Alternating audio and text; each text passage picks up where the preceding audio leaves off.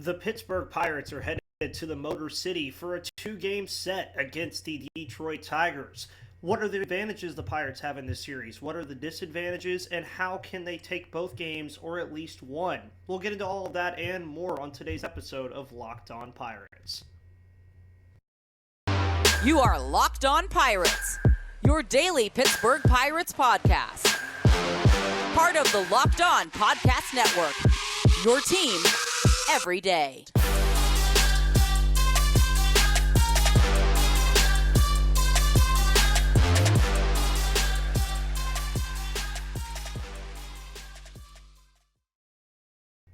And welcome back to the Locked On Pirates podcast, everybody. My name is Ethan Smith, your host of the Locked On Pirates podcast here on the Locked On Podcast Network, where it's your team, your Pittsburgh Pirates, every single day. Today's episode is brought to you by Game Time. More on them later. Pittsburgh is headed to the Motor City, folks. The Pittsburgh season rolls on. We are already in the middle of May, which seems like a crazy thing to think about where this Pittsburgh Pirates team is. They're 22-19 heading into this series against the 18-21 Detroit Tigers. And it's a series that, for all intents and purposes, is a series where two teams started the season very differently and have now entered the month of May playing very differently. You're looking at a Pittsburgh Pirates team. As mentioned, you'll see in the description. I've talked about it, obviously, a lot through the month of April.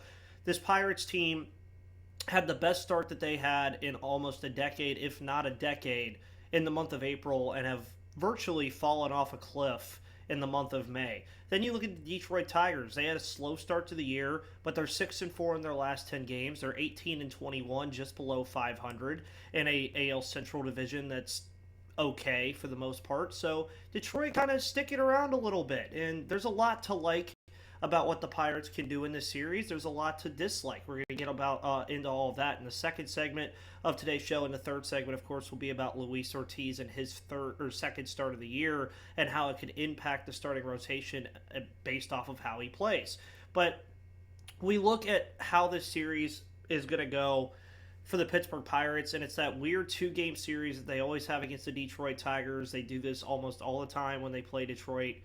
And it starts a week where the Pittsburgh Pirates 3 weeks ago would have looked at these 5 games that they're going to play over the course of the week, and they would have said, oh, I mean, you're winning 4 out of 5 of these, at least. Now, you're more of, okay, we need to see the Pirates play good baseball, which we finally got to see again.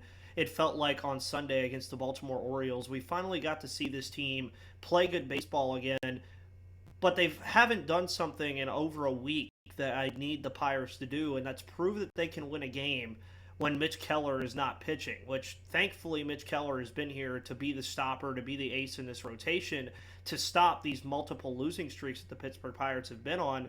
But going into this series against the Detroit Tigers, let's just take a quick glance at what they did over the weekend. The Mariners, of course, took 2 out of 3 against them on Friday, Saturday, and Sunday. None of those games, by the way, were a one-run game. And the Detroit Tigers are a very good team in one-run games. They are also 9-9 in home games, so they're 500 in home games. But they are 8-4 in games decided by one run. That's very interesting to me because the Pittsburgh Pirates offense just scored the most runs it scored all month against the Baltimore Orioles, which was 4, which is not good. So if you're only scoring 1 to 4 runs a game, if you're scoring at all, that more than likely means that the game is going to be within a run or two of itself, unless you have Mitch Keller on the mound pitching like he did on Sunday. So what I find interesting here for the Pirates is that they do have a plus record on the road still. They're still 12-10 in road games. And right now, they have the second-ranked team in the National League right now. And the Pirates, of course, will be pitching Luis Ortiz tonight. We'll get more into that later. Appears that the Detroit Tigers are pitching Michael Lorenzen, a player that the Pirates actually, a lot of the players in their lineup actually have experience against a guy like Michael Lorenzen. You look at the likes of Ke'Bryan Hayes, he has a 250 average against Michael Lorenzen in 4 at-bats. Austin Hedges actually has an RBI in 6 at-bats, batting .500 against Lorenzen. Andrew McCutchen has seen Michael Lorenzen over the course of his career 14 times with a 143 average and 1 home run. Brian Reynolds has 2 RBIs against him in his career, and Carlos Santana has 2 home runs and 3 RBIs against Lorenzen in his career. And then you look at the game on Wednesday where we get Eduardo Rodriguez versus Rich Hill more than likely. Of course, the Detroit lineup has seen a lot more of Rich Hill than the Pirates lineup has seen of Eduardo Rodriguez, but Miguel Andujar, Andrew McCutchen, Chris Owings, and Carlos Santana all have experience against them, and McCutchen, Owings, and Santana are all batting over 333 against Rodriguez. So it's a series, again, that I think you go into as a Pirates fan, and you can look at those 2 pitching matchups and say, okay, I think the Pirates have the advantage pitching again, but then Eduardo Rodriguez is having a phenomenal start to the year. He's 4-2 with a 1.57 ERA. He's one of the better pitchers in all of the American League right now. So taking both of these games is going to be difficult. It's something that Pirates fans, including myself, have not really been able to think about too much as of late with how the Pittsburgh Pirates have played.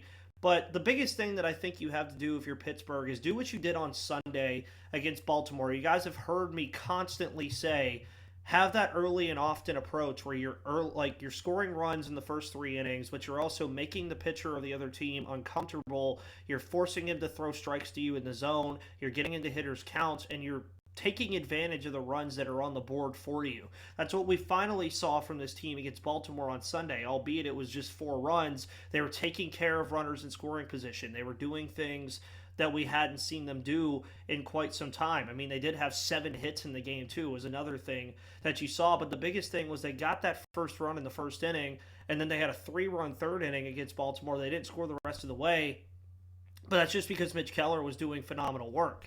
Now, obviously, Mitch Keller won't be pitching in this series, and he can't pitch every single day. So now that you've gotten it out of the way, where you can finally score a run in those first 3 innings and then have your first 3-run inning in quite some time on Sunday, take what you did on Sunday offensively and bring it into this series, especially tonight against Michael Lorenzen.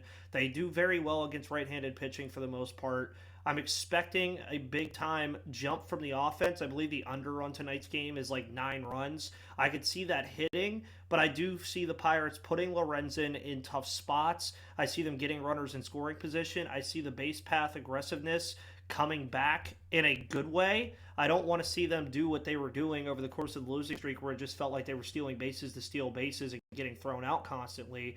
I want to see them steal bases to get runners in scoring position and then take care of those runners in scoring position.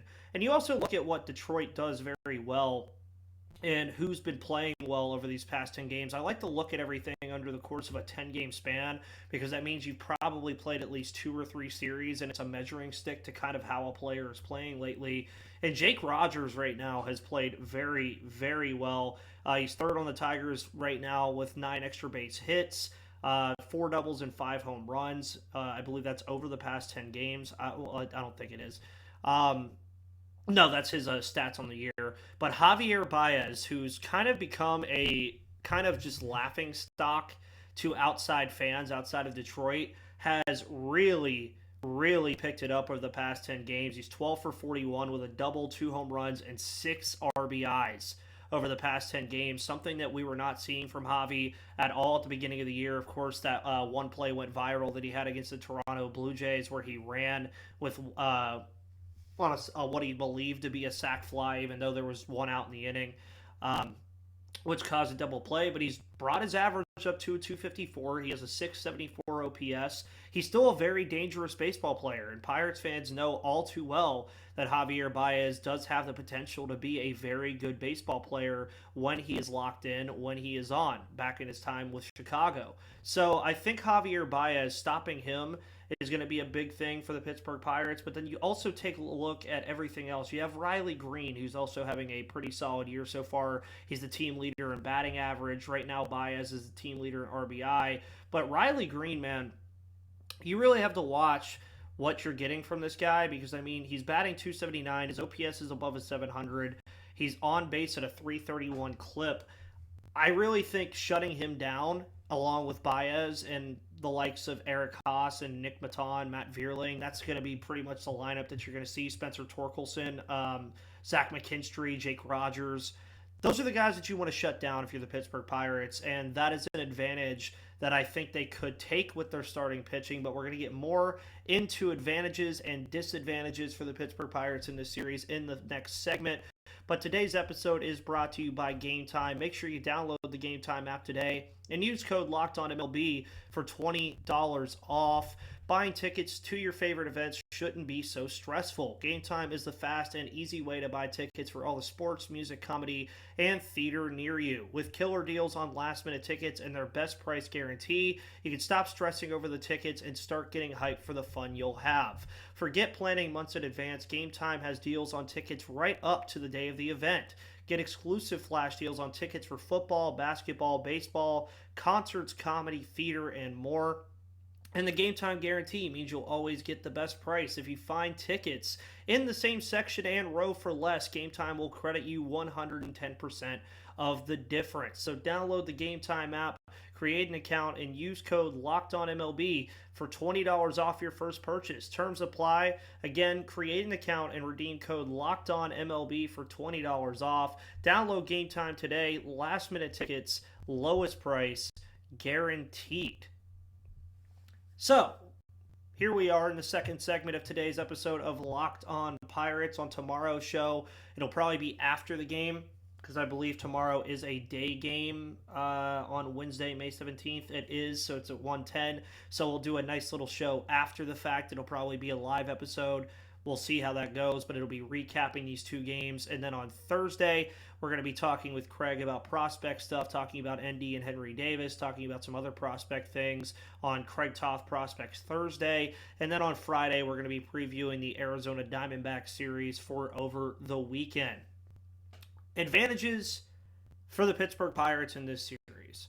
What do they have the advantage of over this team in the Detroit Tigers? Well, if you were watching the broadcast on Sunday and listening to Joe Block and Neil Walker, you probably would have heard them mention that despite the recency bias, well, not recency bias, but the recent performance that we've seen from the Pittsburgh Pirates with runners in scoring position, they still hold the best average with runners in scoring position in Major League Baseball, which is something that you would look at and be like, okay, like, why is that? Like, how? With how they've played, but they are still there because of the hot start that they had with runners in scoring position over the time. And right now, I mean, Detroit, you look at the top five of all metrics. Of course, the Pirates are first in stolen bases, still at 50, but Detroit does not rank top five in any statistical category right now as a team. The Pirates, meanwhile, rank pretty highly in a couple places. They rank first in stolen bases.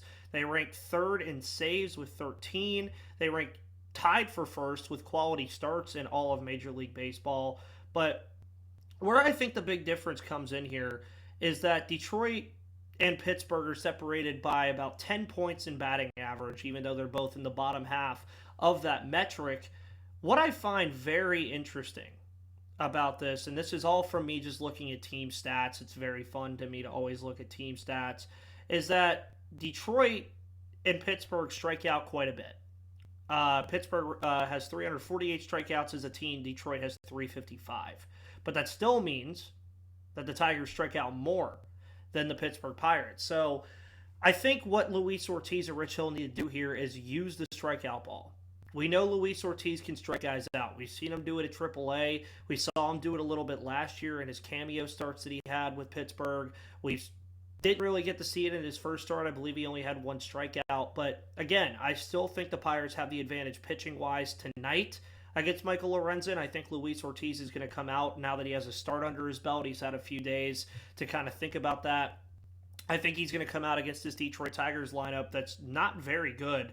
May I add to you, again, they rank 24th in the league in batting average right now, and the on-base percentage is also not much better. Their on-base percentage is last in all of Major League Baseball at a 294. So I need Luis Ortiz to take advantage of that. I think that's something that he can take advantage of, and just pound the zone, kid. That's all I want you to do. Just pound the zone, find your spot with the fastball. That way, when you get into favorable pitchers counts, Luis Ortiz can take advantage of the fact that his breaking pitches are still a work in progress, but he can use them and have less of a onus to have to change things up. Or if he really wants to, just throw the fastball on the 0-2 counts. They can't catch up to it. It's very quick. It moves a lot. The velocity on it is crazy. Go to his Baseball Savant page and you can see it's nuts. As mentioned, when he was making his first start last week, he had 4 of the top 5 velocities in all of Major League Baseball coming off of a fastball. So that's what I really want to see the Pirates do here with the Tigers ranking dead last in batting average, is take advantage of that. You're facing an offense that is worse than yours, something that you actually haven't been able to say very recently. I mean, Colorado ranks just below Pittsburgh in terms of on-base percentage, but you faced an Orioles team that gets on base quite a lot at 329, so take advantage of that. But then you look at the disadvantages. What are the disadvantages here for the Pittsburgh Pirates heading into this series, or this 2-game set against Detroit? Well, I think first is the team's just not playing well as of late. I mean, they got the win against Baltimore. They got a win in the Colorado series. So they at least won games last week, but they're still on a terrible clip right now in the month of May, and they're 2-8 in their last 10 games. They're still struggling very mightily, and it's not really due to pitching. We've seen the pitching do really well. As you heard me just mention, they're like top ranked in quality starts in all of baseball, and they're tied for third in saves because of David Bednar. Even Colin Holderman and Robert Stevenson and Dowry Moretta have done good things out of the bullpen. I talked about it on Friday's show that I wanted to see the Pirates get back to that formula that we've seen them be good with, where the starting pitcher goes 6 or 7 innings, then you bring in Colin Holderman, then you bring in David Bednar, you throw Robert Stevenson in there every once in a while because it makes them comfortable. Can we see that from Luis Ortiz and Rich Hill, though? That is where things end up getting really dicey, is do the Pirates find a way to get back into that formula without Mitch Keller? That is the biggest thing here, is there's no Mitch Keller in this series. There's no Mitch Keller saving the Pirates from beating the Detroit Tigers here. There's no Mitch Keller to stop if they lose the first game tonight and then need somebody to win tomorrow like a Rich Hill.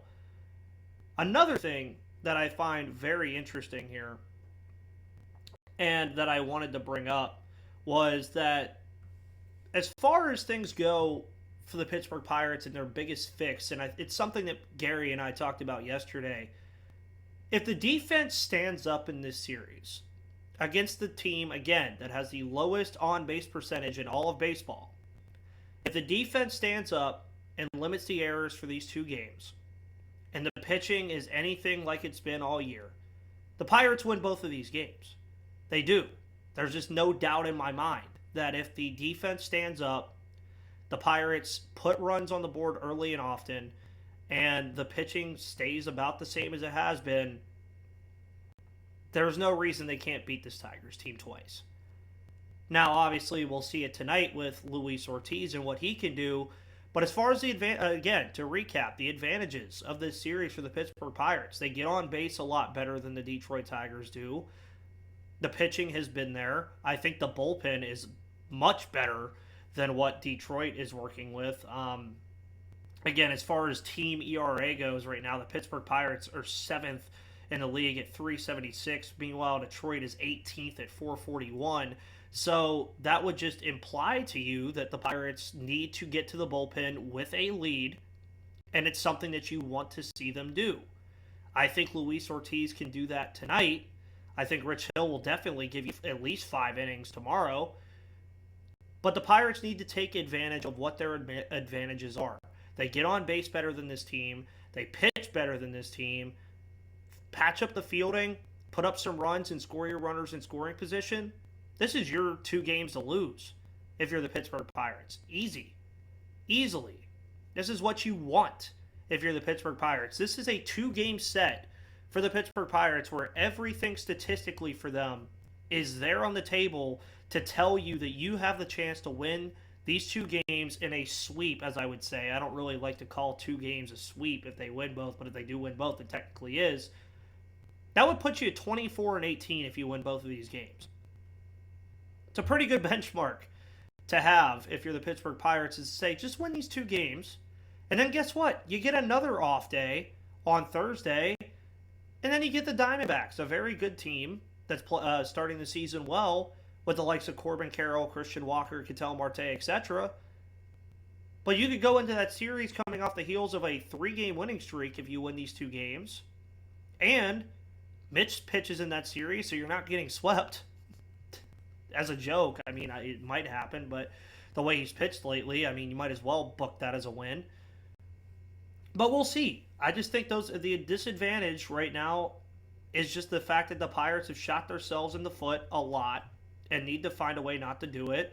And if they could find a way to just patch up the defense, everything else statistically is falling into place for you to win these 2 games. That's how I look at it. Now, of course, we have a new sponsor tomorrow that I think you guys are going to absolutely love. You might get a little sneak peek right here. Freeze frame that if you want to figure that out, but you'll get to see it tomorrow. It's one of my favorite sponsors that we've ever had. I really enjoy it. I think you guys are going to enjoy that tomorrow, as well as the fact that you guys will see my game recap story and my Locked On Now after tonight's game. You'll see the game recap story on Inside the Bucks Basement. I didn't get one last week because they were off on Thursday, and I was under the weather on Tuesday. Of course, that Tuesday game was the game that the Rockies blew them out anyway, so I don't think you guys really wanted to read about that. But I am very excited to be writing about Luis Ortiz tonight. We get to see his second start of the season tonight for the Pittsburgh Pirates. And Luis Ortiz, in that first start, didn't exactly pitch terribly. I think that's the word that I want to use. He didn't pitch terribly. There was nothing there that said, oh, Luis Ortiz is going to be a mainstay in this rotation now all of a sudden. I mean, he had 5 innings pitched. He lost the game. He only had 1 strikeout, 7 hits allowed, 2 earned runs, 1 walk, 1 strikeout. What are the things that I want to see from him tonight against Detroit? Well, bring that strikeout number up. We need that strikeout number to come back up because Luis Ortiz is a guy that you look at last year, just in a microcosm. He had 16 innings pitched last year. Excuse me. He only allowed 8 hits over those 16 innings last year. He allowed 7 in his first 5 this year. Now, of course, the start did kind of come out of nowhere. I think it's something that the Pirates really did want to keep him down for. But 17 strikeouts last year in those innings where he only allowed a 136 batting average. That's more of the Luis Ortiz that I think you're going to see rather than what you saw from Luis Ortiz in this first start. And as mentioned, this is a Detroit Tigers lineup that is not very good. So I think that this is a good spot for Luis Ortiz to, also off the heels of a victory from Pittsburgh on Sunday, to get a win streak going, get a couple of wins going again, and also make a question about the rotation. Because if Luis Ortiz comes out tonight, and let's say he pitches 5 or 6 innings of work, maybe even gets a quality start, brings the strikeout number up, keeps the walks down, doesn't allow too many runs. Johan Oviedo has not looked that great recently. And I've said it that if JT Brubaker never went on the injured list with Tommy John, we probably don't even see the good Johan Oviedo that we saw in April. And we don't see the comebacking down of earth that we've seen from Johan Oviedo in May. So the bullpen, I think, desperately needs something right now that they don't have, and that's a long relief option. If Luis Ortiz comes out tonight and pitches really well, with Vince Velasquez, by the way, coming to a rehab assignment in Indianapolis, I believe, on Friday, so we'll probably see him back next week, the Pirates have a decision to make there. Now, if Luis Ortiz doesn't pitch well, they just send him back down to AAA, and this is all just means nothing of what I'm saying. But let's just think for a second. If Luis Ortiz comes out tonight and pitches really well, again, against a subpar Tigers lineup that has not been the greatest in the world, you have to at least think about it if you're Pittsburgh, right? I mean, you have to at least say, okay, Luis Ortiz is pitching well. We already brought him up. Do we want to send him back down? It's at least a conversation to have, especially if Johan Oviedo in his next start struggles. Then I think that conversation really, really blows up in terms of what the Pirates can do as far as that goes with the starting rotation. Sorry, I had somebody call me in the middle of this. But Luis Ortiz, again, I mentioned it a little bit earlier, the things that I want to see from him tonight. I want to see him attack the zone. I want to see him get the strikeout number up from 1. I did not like the fact that he only got 1 strikeout in that first start. He only had the 1 walk. I'd like to see that as well. You guys know I love strikeout to walk ratio and strikeout percentage to walk percentage. I love it in terms of batters and hitters and pitchers. So it really is something that boils down to this for Luis Ortiz. Is I hope the Pirates offense backs him up, because I like Luis Ortiz when he's comfortable. And you could tell when he's comfortable. When he starts getting comfortable and pounding that high heat in the zone, good luck. My predictions for this series is I think the Pirates split with Detroit here. I think Luis Ortiz has a very good start tonight. I think he's going to get the victory for Pittsburgh. I think they pound on the Tigers early. I think they'll get that done. I think it's something that we should expect because, again, it kind of felt like on Sunday that they kind of got back to their form a little bit offensively with the 7 hits and 4 runs, but I want to see them elevate it again. And I think Michael Lorenzen is a guy that, again, some people in the Pirates lineup have seen before that they can beat up on. Eduardo Rodriguez, again, has been pitching very, very well. The Pirates are a lefty-heavy lineup at times, so, I mean, we'll see a lineup that's formulated around facing the lefty Eduardo Rodriguez, so we'll see what they can do there. At the end of the day, I think I'll just go with a split. I think they win tonight and lose tomorrow, but I would not be surprised in the slightest based off of the statistical backing that I gave you all if they won both of these games. But also with how they've played recently, it wouldn't surprise me if they lost either of these games. But I think it's more likely that they split. And in the order of likelihood, I think it's more likely that they split, sweep, or get swept. I think that's the likelihood scale of what we're going to expect from these two games. And who knows? Maybe tomorrow, after tomorrow's game, or after tomorrow's finale in this series, I'll be in a much happy mood after they win both of these games. But my name is Ethan Smith, guys. Thank you so much for following the Locked On Pirates podcast here on YouTube, Spotify, Odyssey, Google Play, or wherever you get your podcasts. You can also follow me on Twitter at MVP_Ethan or at Locked On Pirates. We're about 6 subscribers away on YouTube from 1,000 subscribers, so make sure you hit that subscribe button and turn your notifications on so you know when these episodes are coming to your airwaves. But again, my name is Ethan Smith, your host of the Locked On Pirates podcast here on the Locked On Podcast Network, where it's your team, your Pittsburgh Pirates, every day. Have a wonderful rest of your Tuesday, and I will see you guys on the flip side.